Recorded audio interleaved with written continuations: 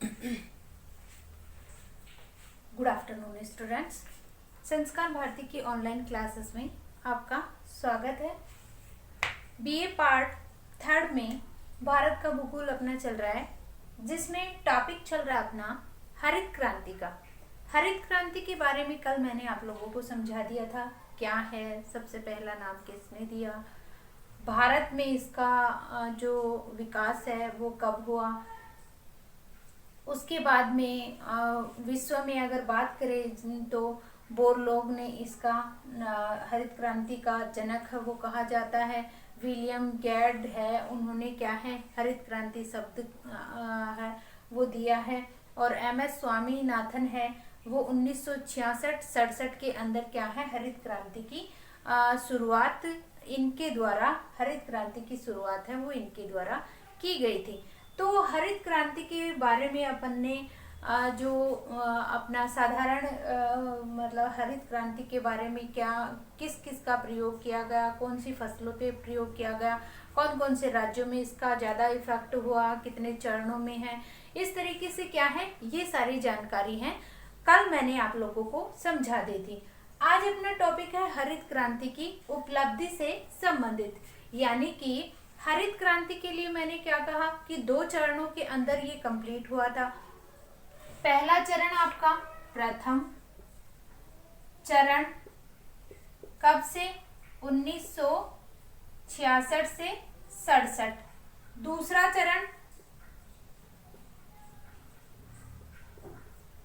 चरण आपका 1983-84 के अंदर शुरू हुआ। अब क्या है इन चरणों की अपन ने शुरुआत में बात की कि हरित क्रांति का सबसे प्रमुख कारण है, मतलब पहला जो मुख्य उद्देश्य माना गया हरित क्रांति का वो क्या है अधिक से अधिक उत्पादन, यानी कि प्रति हेक्टेयर जो क्षेत्र है उसके अंदर जो उत्पादन होता है वो क्या है आपका बहुत ज्यादा मात्रा के अंदर हो, इस तरीका का लक्ष्य लेकर हरित क्रांति को भारत के अंदर लाया गया। कि जो 1947 के अंदर अगर देखा जाए तो भारत का जो विकास है वो क्या है उद्योगों जो आपका खाद्यान्नों से संबंधित है उसमें क्या है भारत है वो पिछड़ा हुआ था। लेकिन आज के टाइम की अगर बात करते हैं 16-17 से ही अगर देखा जाए तो आपका क्या है लगातार 1966-67 से ही भारत का क्या है अधिक से अधिक विकास होता जा रहा है। चाहे वो आपका खाद्यान्नों से संबंधित समझ लो, जिसके अंदर आपके खाद्यान्न में जो चावल है, गेहूं है, मूंग है, आपकी दलहन है, तिलहन है, इनके अंदर समझ लो, चाहे बागाती कृषि से संबंधित समझ लो, चाहे आपकी व्यापारिक फसलों से समझ लो, चाहे गन्ना है, जूट है, आपकी चाय है, कहवा है, आपका जो ये जूट से संबंधित है, आपका सूती कपड़ा समझ लो, लोहा इस्पात समझ लो, इन क्षेत्रों के अंदर अगर देखा जाए तो भारत का क्या है अधिक से अधिक विकास होता जा रहा है। और पहले अगर भारत की बात करते हैं तो भारत को पहले कृषि प्रधान देशों के अंदर शामिल किया जाता है, और आज भी अगर देखते हैं तो कृषि प्रधान ही देश माना जाता है।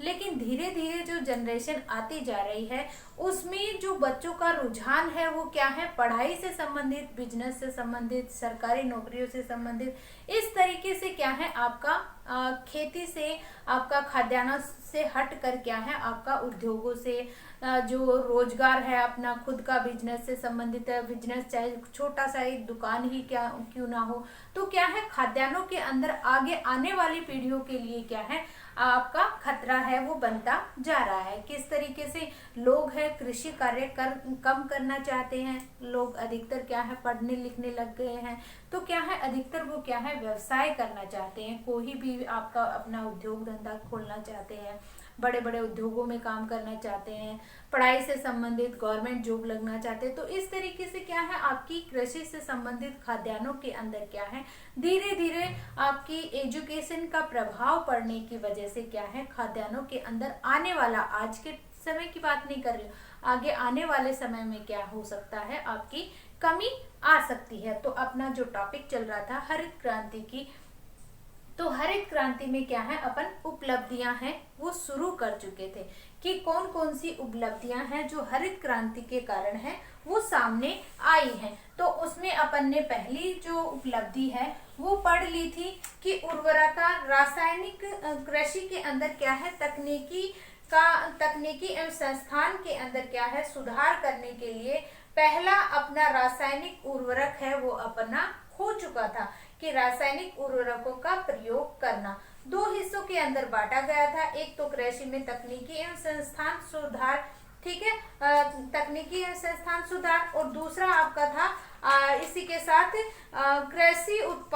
कृषि उत्पादन में सुधार। तो पहला अपना चल रहा था कृषि में तकनीकी एवं संस्थान सुधार, कृषि में तकनीकी व संस्थागत सुधार।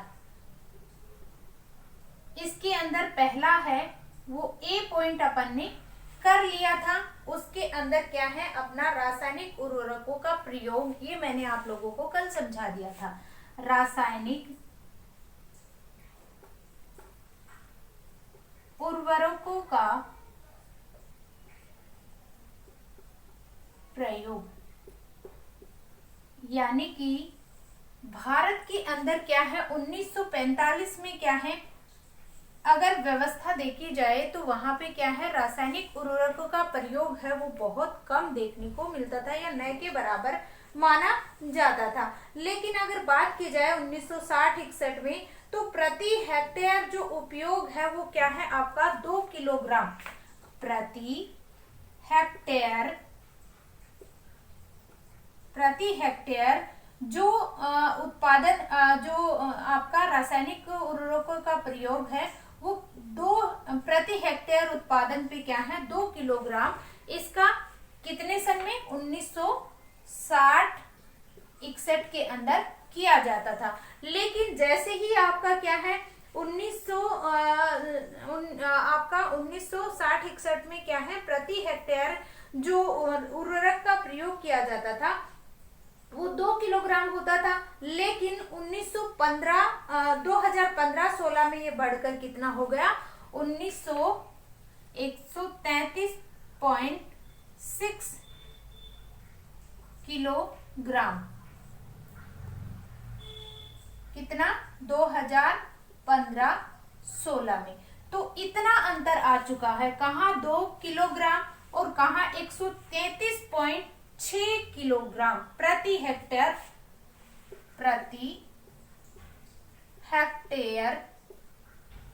उर्वरकों का क्या है प्रयोग किया जाने लग गया। कब से 1945 में तो क्या है आपका ना के बराबर था, जब भारत है वो आजाद 1945 ने 1947 में क्या है नए के बराबर होता था। अगर बात की जाए 1960-61 में तो आपका जो उर्वरकों का प्रयोग है वो प्रति हेक्टेयर के अंदर क्या है 2 किलो उर्वरकों का प्रयोग किया जाता था। लेकिन 2015-16 की अगर बात करते हैं तो प्रति हेक्टेयर उत्पादन है वो कितना हो गया 133.6, इतना क्या है आपका प्रति हेक्टेयर उर्वरकों का प्रयोग है वो किया जाने लग गया। दूसरा है आपका उन्नतशील बीजों में वृद्धि, दूसरा है आपका उन्नतशील बीजों का प्रयोग, उन्नतशील बीजों का प्रयोग। देखो जैसे ही आपकी हरित क्रांति भारत के अंदर आई तब से क्या है उन्नत बीजों का यानी कि अच्छे बीजों का प्रयोग, उन्नत का मतलब उच्च क्वालिटी का, उच्च गुणवत्ता रखने वाले बीजों का क्या है प्रयोग किया जाने लग गया। किसके अंदर हरित क्रांति के कारण। तो हरित क्रांति की क्या है ये एक दूसरी उपलब्धि के रूप में देखने को मिलती है। अगर देखो देश में क्या है अधिक उत्पादन देने वाले बीजों का प्रयोग किया जाएगा तो उत्पादन है वो क्या है आपका बढ़ेगा, नए नए बीजों का प्रयोग किया जाएगा तो उत्पादन है वो क्या है अपने आप क्या हो जाएगा बढ़ जाएगा।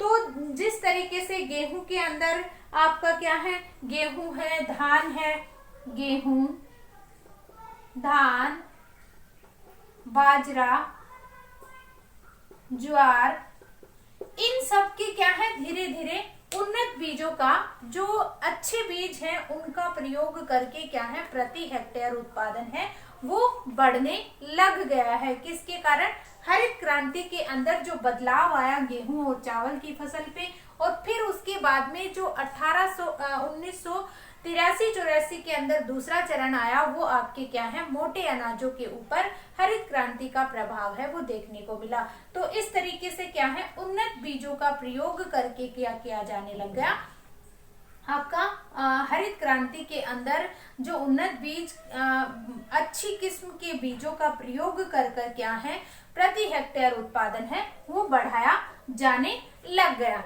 तीसरा अगर कारक की बात करते हैं तो सिंचाई की सुविधाओं का विकास हुआ है। सिंचाई की सुविधाओं के अंदर क्या हुआ है, विकास हुआ है। सिंचाई सुविधाओं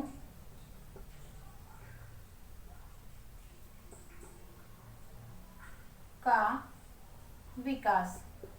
देखो, सिंचाई सुविधाओं में विकास किस प्रकार से, जैसे पहले क्या होता था, सिंचाई सुविधा की अगर नई विकास विधि के अंतर्गत बात की जाए तो तेजी से विस्तार हुआ है। पहले अगर 1951 की बात करते हैं तो सिंचाई क्षमता आपकी 223 लाख हेक्टेयर थी, जो बढ़कर कितनी हो गई, 139 मिलियन हेक्टेयर हो गई है। यानी कि पहले जो सिंचाई की जाती थी वो लगभग आपकी क्या है, 223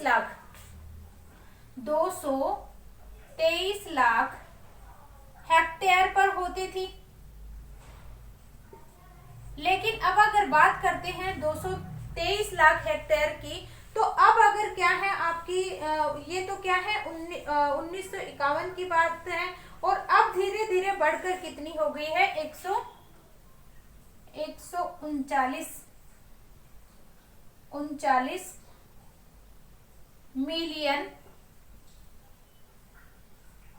मिलियन हेक्टेयर क्या हो गई है, सिंचाई की सुविधा के अंदर विकास आ गया है। ये कब के सन की बात है, 1951 के अंदर कितनी हुआ करती थी, 223 लाख हेक्टेयर। लेकिन अब क्या हो गई है, मिलियन के अंदर आ गई है। मिलियन हेक्टेयर के अंदर क्या है, उत्पादन है वो आपका बढ़कर इस तरीके से हो गया है। अगला है पौध संरक्षण। पौध संरक्षण, पौध संरक्षण का मतलब क्या है कि आपकी जितनी भी जो कीटनाशक दवाइयों का प्रयोग किया जाता है, जैसे टिड्डी दल है, टिड्डी दल है जो अब की बार क्या है आपके राजस्थान के अंदर भी आया था।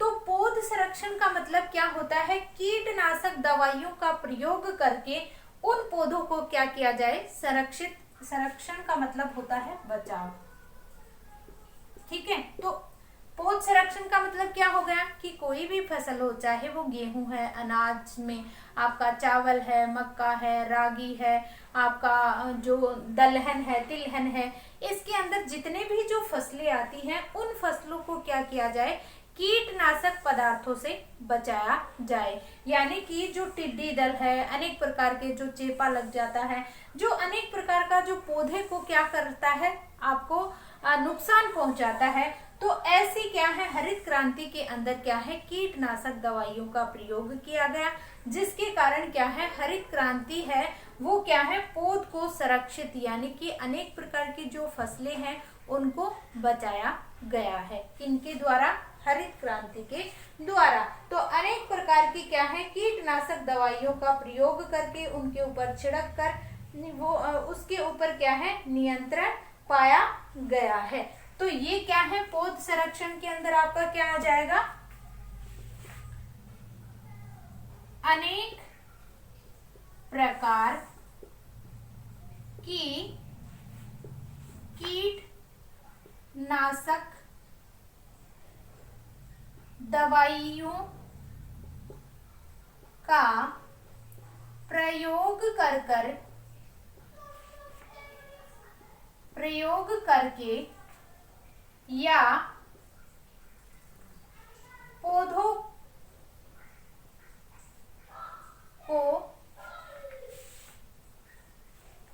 को किसी प्रकार के रोगों से बचाने के लिए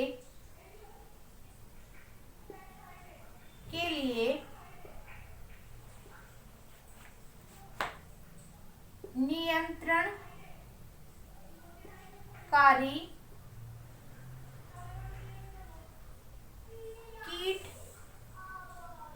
कीटनाशक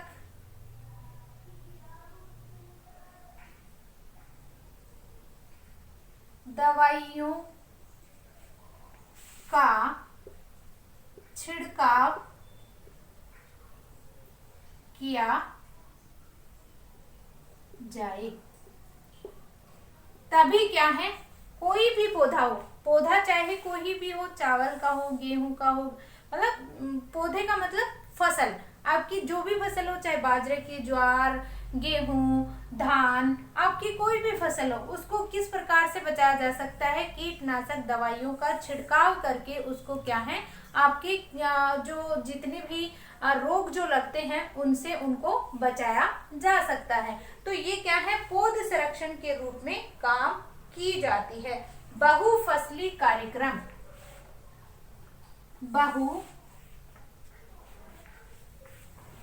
बहुफसली कार्यक्रम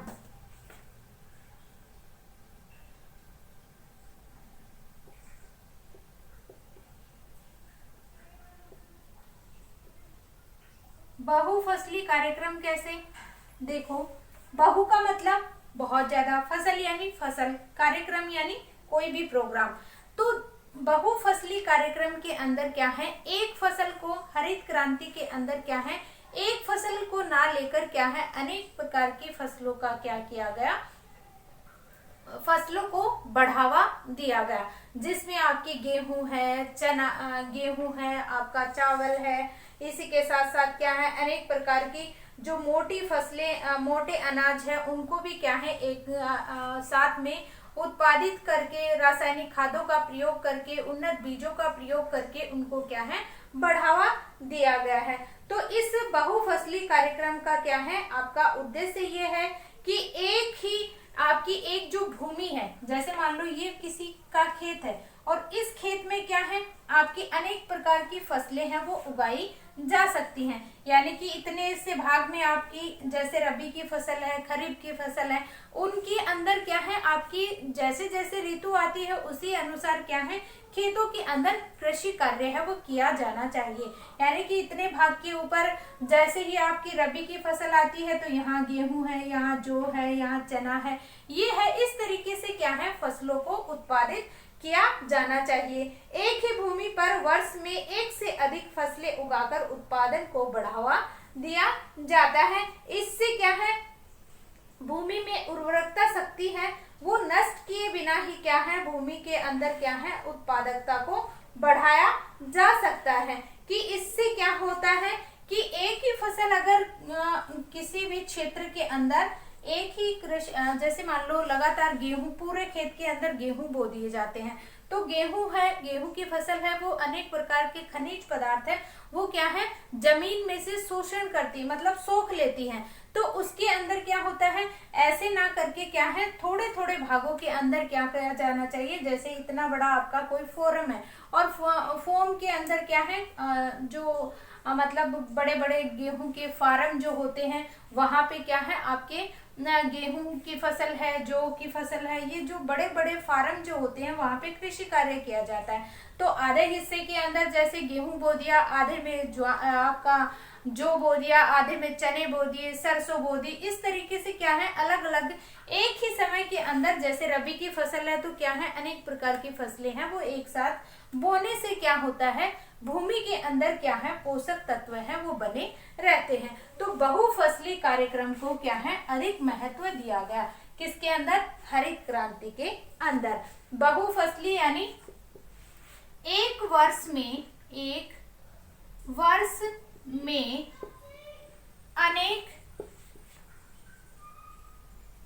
फसलों को एक साथ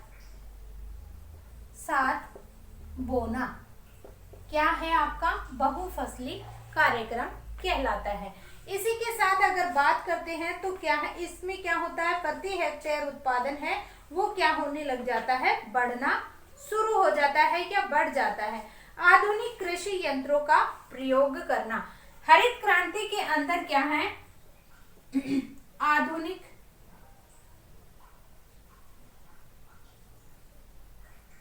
कृषि यंत्रों का प्रयोग करना। ठीक है, ये भी क्या है हरित क्रांति का एक उपलब्धि के रूप में माना जाता है। नई कृषि विकास विधि के अंदर क्या है कृषि के अंदर हरित क्रांति में आधुनिक कृषि उपकरणों का प्रयोग किया गया, जिसमें ट्रैक्टर है, थ्रेसर है, हार्वेस्टर है या बुलडोजर है, डीजल, बिजली पंप सेटों आदि का क्या है महत्वपूर्ण योगदान रहा है। इस तरीके से क्या है इस प्रकार की कृषि में पशुओं और मानव शक्ति का क्या है प्रतिस्थापन और संचालन शक्ति द्वारा किया जाता है, जिसके अंदर क्या है उत्पादकता में वृद्धि हुई है। तो इस तरीके से क्या है सबसे पहली बात यही थी कि इसके साथ साथ उन्नत बीज, रासायनिक खाद और क्या है सिंचाई के जो साधन हैं, यंत्र हैं, उनके अंदर क्या है तकनीकी मशीनों का प्रयोग किया जाने लग गया। पहले लोग क्या है मनुष्य के द्वारा या पशुओं के द्वारा क्या होता था खेतों की बुआई है, कटाई है, निवाई है, ये सारी चीजें क्या है सिर्फ पशु और मानव के द्वारा ही किया जाता था, मशीनों का प्रयोग नहीं होता था। तो आपका क्या है हरित क्रांति जब से लागू हुई है 1966-67 में, तब से क्या है आधुनिक कृषि यंत्रों का प्रयोग किया जाने लग गया है। जैसे ट्रैक्टर से क्या है आपका अनाज लाना ले जाना, थ्रेसर से निकलवाना, पंप सेट है इसके द्वारा क्या है आपकी फसल को क्या है पानी देना, बुलडोजर है और जो ट्रैक्टर के द्वारा क्या होता है बुआई कराई जाती है। और इस तरीके से क्या है अनेक प्रकार की मशीनों का प्रयोग किए जाने के कारण पशु और जो मनुष्य है उसको क्या है थोड़ा आराम मिला है, या क्या है कह सकते हैं कि मशीनों के द्वारा काम करने से उत्पादन है वो ज्यादा बढ़ गया है। तो ये क्या है ये भी क्या है आपकी हरित क्रांति की एक उपलब्धि के रूप में गिना जाता है। उसी के साथ साथ अगर देखा जाए तो कृषि सेवा केंद्रों की स्थापना, कृषि सेवा केंद्रों की स्थापना कैसे?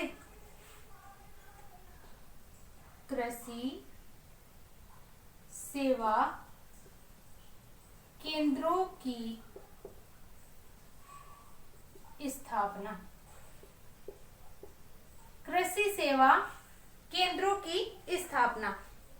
देखो कृषकों में व्यावसायिक साहस की क्षमता को विकसित करने के लिए क्या है के उद्देश्य से देश में कृषि सेवा यंत्रों की क्या है केंद्रों की स्थापना की गई, और इसके द्वारा क्या है व्यक्तियों को तकनीकी विकास, तकनीकी का क्या है अधिक क्या है प्रशिक्षण दिया गया, उनको तकनीकी के बारे में बताया गया कि इस तरीके से प्रयोग करने से क्या होगा आपका उत्पादन है वो अधिक बढ़ेगा। तो ये क्या है एक प्रशिक्षण केंद्र लगाए गए और इन केंद्रों के आधार पे क्या है आपका जो उत्पादन है वो बढ़ा, और उसी के साथ क्या है राष्ट्रीय बैंकों की सहायता से क्या है राष्ट्रीय केंद्रीकृत बैंकों से सहायता दिलाई गई और उन सहायता केंद्रों से क्या है आपका कृषि सेवा केंद्रों तक स्थापित की गई। तो अनेक प्रकार की सेवाएं हैं वो राष्ट्रीय बैंक के द्वारा क्या है राष्ट्रीय बैंकों द्वारा सहायता दिलाई गई। देखो, अगर बैंकों के द्वारा क्या है मतलब सरकार के द्वारा बैंकों से क्या है किसानों को अगर हेल्प दी जाएगी, सहायता दी जाएगी, तो वो क्या है अपने आप को क्या है धीरे धीरे बदलना शुरू कर देंगे। अगर जैसे मान लो उनके पास पैसे ही नहीं होंगे किसानों के पास, तो वो कहाँ से तकनीकी का प्रयोग करेगा, कहाँ से वो ट्रैक्टर का, मशीनों का या उन्नत बीजों का प्रयोग करेगा। तो इस तरीके से क्या है आपकी हरित क्रांति जब शुरू हुई तो कृषि सेवा केंद्रों की स्थापना की गई और इनके द्वारा क्या है राष्ट्रीय बैंकों के द्वारा क्या है आपकी सहायता दिलाई गई किसानों को, जिसके कारण क्या है कृषि का क्या हो आपका यंत्रीकरण हो, तकनीकी विकास हो, जिससे उत्पादन है वो धीरे धीरे आपका बढ़ता रह सके। उसके बाद अगर बात करते हैं आगे, तो आपका कृषि उद्योग निगम की स्थापना। कृषि उद्योग निगम, कृषि उद्योग निगम सॉरी, कृषि उद्योग निगम की स्थापना कैसे? सरकार सहकारी नीति के अंतर्गत क्या है 21 राज्यों में कृषि उद्योग निगमों की स्थापना की गई है। इन निगमों के कार्य में क्या है कृषि के उपकरण, मशीनों की पूर्ति और उपज के अंदर क्या है जो आपकी कोई भी उपज है उसका क्या है प्रसंस्करण और भंडारण को प्रोत्साहन दिया गया। और इसके साथ साथ क्या है नगम क्या है किराए के अंदर क्रय पद्धति द्वारा भी क्या है ट्रैक्टर है, पंप सेट है और अनेक प्रकार की मशीनों का भी क्या है वितरण किया जाता है। यानी कि इस कृषि उद्योग निगम के द्वारा क्या है श्रमिकों को क्या दिया गया अनेक प्रकार के प्रशिक्षण दिए गए। इसके साथ साथ क्या है उनके लिए ये कहा गया कि अनेक प्रकार के कृषि के उपकरण दिए जाएंगे और मशीनों का प्रयोग है उसके द्वारा मशीनों का प्रयोग किया जाएगा। साथ में क्या है अनेक प्रकार की मतलब काफी मात्रा के अंदर अगर जो उत्पादन होता है तो उसका भंडारण है वो किस रूप में किया जा सके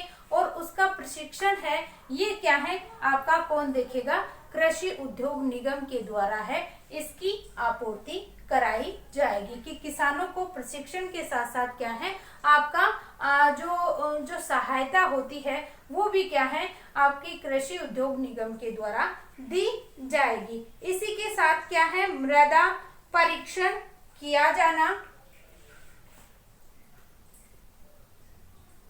मृदा परीक्षण। देखो मृदा परीक्षण कैसे, अगर जैसे मान लो किसी क्षेत्र की मृदा है वो अनुपजाऊ है, देखो ये कैसे पता चलेगा परीक्षण के द्वारा ही पता चलेगा। तो ये भी क्या है आपका हरित क्रांति की उपलब्धि के कारण ही हुआ है कि हरित क्रांति के अंदर क्या हुआ मृदा का किसी भी क्षेत्र की देखो मृदा है हर क्षेत्र के अंदर देखने को मिलती है, कहीं पे लाल मिट्टी है, कहीं पे काली मिट्टी है, कहीं पे बलुई मिट्टी है, कहीं पे कंकरीली मिट्टी है, कहीं पे पीट मिट्टी है, कहीं पे दलदली मिट्टी है, कहीं पे मरुस्थलीय मिट्टी है, कहीं पे पहाड़ी क्षेत्र की पर्वतीय मृदा। तो इस तरीके से आपकी मृदा है वो मिलने के कारण वहां पे क्या है किसी भी क्षेत्र की मृदा का क्या है परीक्षण किया जाए और परीक्षण में अगर वह क्या है किसी प्रकार की अनुपजाऊ मृदा है तो उस क्षेत्र के अंदर क्या किया जाए परीक्षण के द्वारा अगर वो क्या है मृदा अनुपजाऊ है तो वहां पे रासायनिक खादों के द्वारा उसको क्या किया जाए उपजाऊ बनाया जाए और फिर वहां पे क्या है कृषि कार्य है वो किया जा सके। तो अनेक प्रकार की क्या है प्रयोगशालाओं की स्थापना की गई जिससे गांव-गांव जाकर मिट्टी का परीक्षण है किसानों को देने की सलाह दी गई। तो इस तरीके से क्या है अनेक प्रकार के कार्यक्रम चलाए गए जिसमें क्या है सरकारी प्रयोगशालाओं में ये किया जा सके। यानी कि मृदा परीक्षण के लिए अनेक प्रकार के अनेक प्रकार की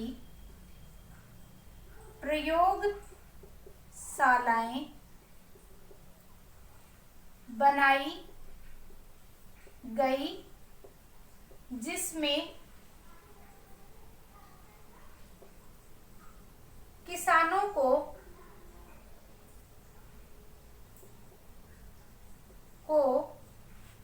जानकारी दी गई कि अगर उनके क्षेत्र के अंदर अगर कोई भी मृदा का पार्ट है या मृदा है जहाँ पे अनुपजाऊ है, वहां गांव गांव जाकर ये पता देखा गया, वहां के क्षेत्र की मृदा का परीक्षण किया गया, किसके द्वारा?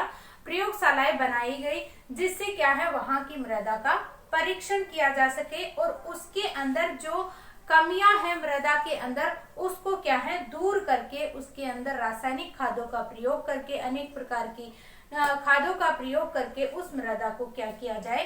उपजाऊ किया जाए और कृषि योग्य बनाया जाए। तो इस तरीके से क्या है आपका परीक्षण किया गया, किसमें? हरित क्रांति की ये एक उपलब्धि के रूप में देखी जाती है। उसी के साथ भूमि संरक्षण, भूमि संरक्षण कैसे होगा? संरक्षण भूमि संरक्षण, देखो भूमि संरक्षण कैसे होगा? भूमि यानी मृदा का बचाव। भूमि संरक्षण कैसे होगा? देखो, जिस भूमि यानी मृदा आपकी और संरक्षण का मतलब है उसके अंदर कृषि योग्य जो मतलब जो आपके कारक होते हैं, कृषि योग्य जो पदार्थ होते हैं, यानी कि जो उपजाऊपन होता है, उपजाऊपन होता है वो क्या है?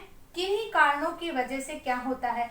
या तो क्या होता है जल के द्वारा, या क्या है हवा के द्वारा, या लहरों के द्वारा। क्या होता है?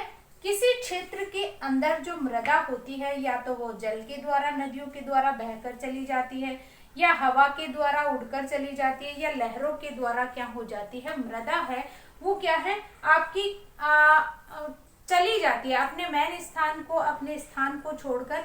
ये जो आपके कारक हैं इनके द्वारा मृदा है वो बहकर उड़कर किसी स्थान पे दूसरे स्थान पर चली जाती है, तो उस स्थान के ऊपर क्या हो जाता है? आपकी जो मृदा होती है वो क्या हो जाती है? अनुपजाऊ हो जाती है। तो उसका जो संरक्षण है वो कैसे किया जाएगा? कृषि योग्य भूमि को संरक्षण से रोकने तथा उबड़ खाबड़ भूमि को समतल बनाकर कृषि योग्य बनाया जाए। यानी कि एक तो क्या है संरक्षण कैसे किया जाएगा भूमि का? एक तो क्या है मेड़बंदी करके, ठीक है, उसको क्या है किसी बड़े बड़े जो फार्म होते हैं कृषि के, जहाँ पे गेहूं के फार्म हैं, कहीं पे मक्का के या ज्वार के या चावल के जो फार्म है उनके चारों तरफ क्या है मेड़बंदी कर दी जाए, जिससे क्या है पानी के साथ क्या है मृदा है वो बहकर नहीं जाए। पहला कारण। दूसरा क्या है, इसके अंदर क्या है संरक्षण जो हो रहा है, जो उसको क्या है आपको संरक्षण से रोकने के लिए क्या है उस क्षेत्र के अंदर, जैसे मान लो कोई भी क्षेत्र आपका उबड़ खाबड़ होता है, ठीक है, इस तरीके से देखो हर क्षेत्र पे क्या है मैदानी भाग है वो देखने को नहीं मिलता है, तो वहां पे क्या है सबसे पहले मतलब वहां की भूमि को क्या किया गया? उपजाऊ किया गया। उपजाऊ करने के बाद में वहां पे ये देखना चाहिए कि वहां का जो क्षेत्र है वो क्या है उबड़ खाबड़ है, तो उबड़ खाबड़ होने के कारण वो जो क्षेत्र है वो आपका संरक्षित नहीं है। क्यों नहीं है? क्योंकि उबड़ खाबड़ होता है तो वहां पे क्या है कोई कृषि कार्य है वो नहीं किया जा सकता, तो वहां पे क्या है उबड़ खाबड़ होने के लिए सबसे पहले उसको क्या किया जाना चाहिए? समतल किया जाना चाहिए। तो वो भी क्या है एक हरित क्रांति के उपलब्धि के अंदर मृदा का क्या है संरक्षण है। तो इस तरीके से क्या है समतल बनाकर उस भूमि को क्या किया जा सकता है? समतल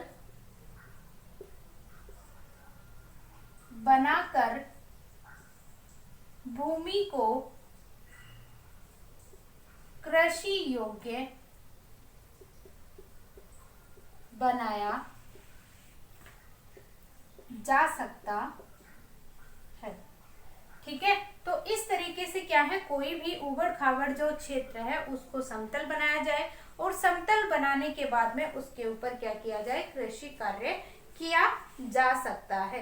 तो इस तरीके से उत्तर प्रदेश, राजस्थान, गुजरात, मध्य प्रदेश के अंदर तेजी से क्या है ये लागू किया गया। कौन सा, भूमि संरक्षण का। अगला आपका आता है कृषि शिक्षा एवं अनुसंधान। कृषि शिक्षा एवं अनुसंधान कैसे, सरकार की कृषि नीति के अंतर्गत क्या है, कृषि शिक्षा का क्या है, विस्तार करने के लिए क्या है आपका उत्तराखंड में पहला कृषि विश्वविद्यालय स्थापित किया गया। देखो लास्ट क्या है,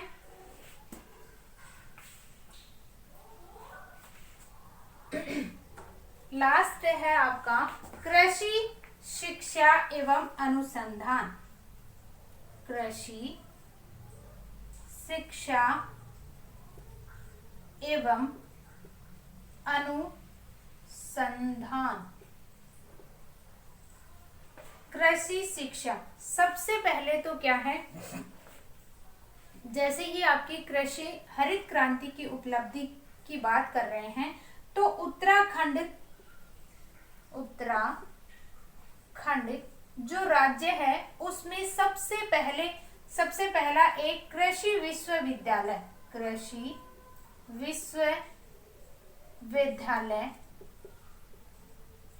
की स्थापना कृषि विश्वविद्यालय की स्थापना की गई। कहाँ, उत्तराखंड के अंदर। उत्तराखंड में स्थापित करने का पहला रीजन ये था कि धीरे धीरे क्या है, कृषि से संबंधित क्या है, अनेक प्रकार की योजनाएं हैं।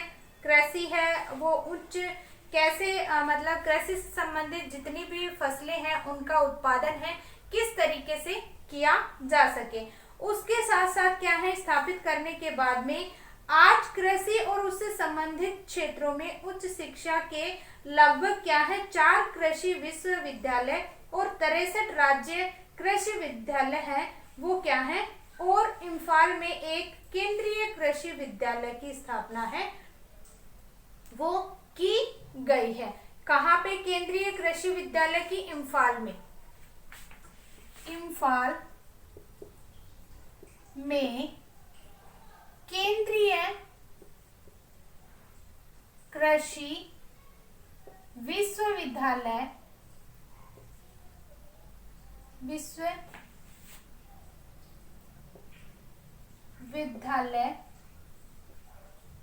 की स्थापना की गई है और 63 क्या है आपके राज्य के अंदर विश्वविद्यालय हैं वो बने हुए हैं, और 3 क्या है आपके 4 क्या है कृषि विश्वविद्यालय और आपके 63 क्या है राज्य कृषि विश्वविद्यालय हैं उनकी है वो स्थापना की जा चुकी है, जिसके अंतर्गत क्या है अनेक प्रकार की शिक्षा प्रशिक्षण से संबंधित जो क्या हो आपका कृषि से संबंधित हो वो क्या है आपका कृषि से संबंधित क्या है बढ़ावा देने के लिए क्या है अनेक प्रकार के कृषि विश्वविद्यालय आपके जो केंद्र का है वो तो कहाँ पे है इम्फाल के अंदर, और पहला जो एक बनाया गया कृषि विश्वविद्यालय स्थापना वो आपकी उत्तराखंड के अंदर, और केंद्रीय कृषि विश्वविद्यालय है वो कहाँ पे है इम्फाल के अंदर, मणिपुर इम्फाल में, और 63 क्या है राज्य कृषि विश्वविद्यालय। तो इस तरीके से ये जो कृषि से संबंधित विद्यालयों की स्थापना की गई है ये भी क्या है हरित क्रांति की एक उपलब्धि के रूप में माना जाता है। तो ये क्या है आपका कृषि में तकनीकी एवं सुधार जो किया गया वो क्या है, इन क्षेत्रों के अंदर किया गया। सबसे पहले रासायनिक उर्वरकों का प्रयोग किया गया, उसके बाद में उन्नत बीजों का प्रयोग किया गया, सिंचाई सुविधाओं का विकास किया गया, पौध संरक्षण की गई, बहुफसली कार्यक्रम किया गया, आधुनिक कृषि यंत्र का प्रयोग किया गया, कृषि सेवा केंद्रों की स्थापना, कृषि उद्योग निगम की स्थापना, मृदा परीक्षण, भूमि संरक्षण, कृषि शिक्षा एवं अनुसंधान, इन सब की स्थापना क्या है, हरित क्रांति की उपलब्धि मानी जाती है। इसका स्क्रीनशॉट लेना चाहते हो तो ले सकते हो।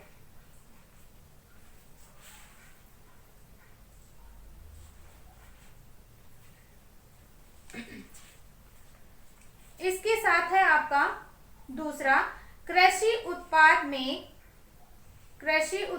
में सुधार। दूसरा है कृषि उत्पादन में सुधार। पॉइंट, कृषि उत्पादन में सुधार। कृषि उत्पादन में सुधार है वो कैसे हुआ, तो सबसे पहले क्या है, कृषि उत्पादन एवं उत्पादकता में वृद्धि। सबसे पहला कारण कृषि उत्पादन व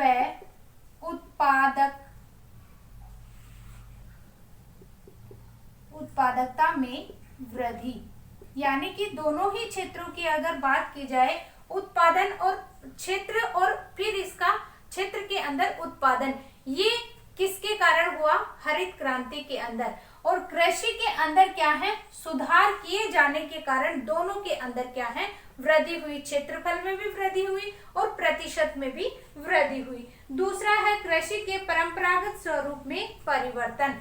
दूसरा है इसी का, कृषि के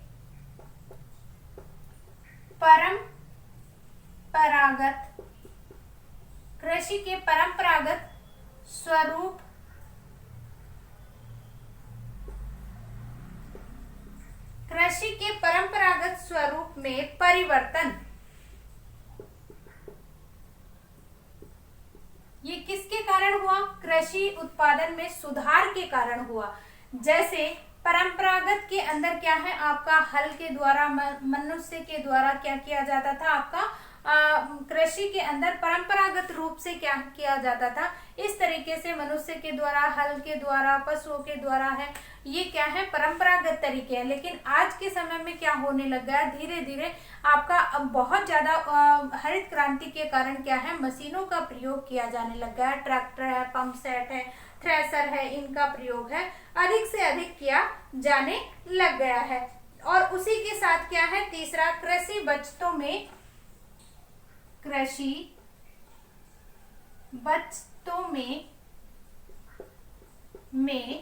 वृद्धि।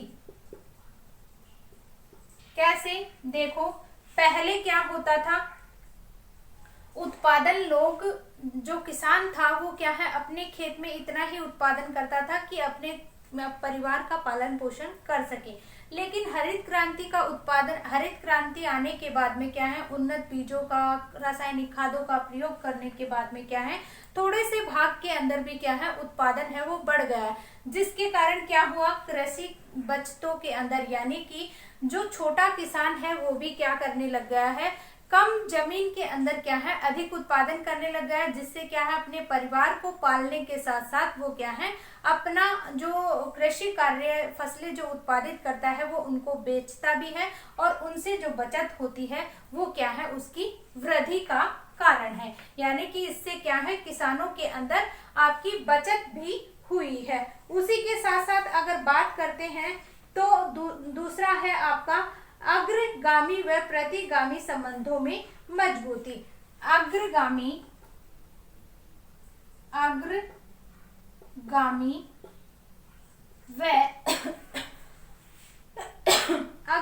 व प्रतिगामी संबंधों में वृद्धि। अग्रगामी और प्रतिगामी संबंधों में वृद्धि या मजबूती।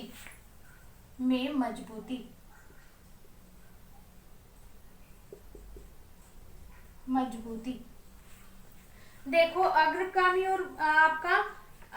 और प्रतिगामी के अंदर कैसे प्रौद्योगिकी और कृषि के आधुनिकीकरण से क्या है, उद्योगों के अंदर क्या है, परस्पर आपका क्या है संबंध है वो स्थापित हो रहा है। और उसी के साथ साथ क्या है, आपके कृषि और उद्योग धंधों के अंदर क्या है आपका जो, जैसे मान लो आपको एक उदाहरण देती हूँ कि पहले जो कृषि कार्य किया जाता था वो क्या है आपका, मतलब भारत का जैसे 1947 की बात करते हैं और आज के समय की बात करते हैं 16-17 मतलब 20 तक की, 2020 तक की अगर बात करते हैं तो क्या है बहुत ज्यादा अंतर है वो देखने को मिलता है। यानी कि पहले भारत का क्या है, किसी भी जो आपकी फसल है उसके उत्पादन के अंदर क्या है भारत का किसी विश्व के अंदर क्या है नाम नहीं आता था। और आज की अगर बात करते हैं वो क्या है आपकी तकनीकी के कारण अनेक प्रकार की तकनीकी का प्रयोग किया, उन्नत बीजों का प्रयोग किया, सिंचाई के साधनों का प्रयोग किया,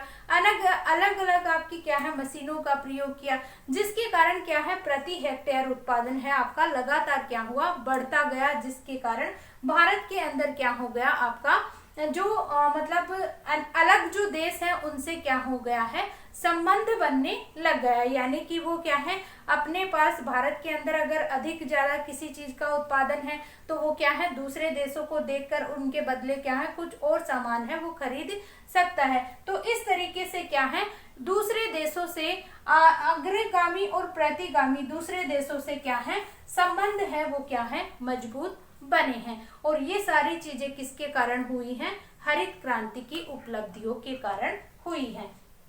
तो इस तरीके से कृषि सुधार के अंदर आपके 4 कारक हैं जो क्या है कृषि उत्पादन में सुधार के कारण है। कृषि उत्पादन उत्पादकता दोनों में वृद्धि, कृषि के परंपरागत स्वरूप में परिवर्तन, कृषि बचतों में वृद्धि, आगामी और प्रतिगामी संबंधों में मजबूती। तो इस तरीके से आपका हरित क्रांति की जो उपलब्धियां हैं वो आज टॉपिक कंप्लीट हुआ। ठीक है, आगे कल पढ़ेंगे। Thank you.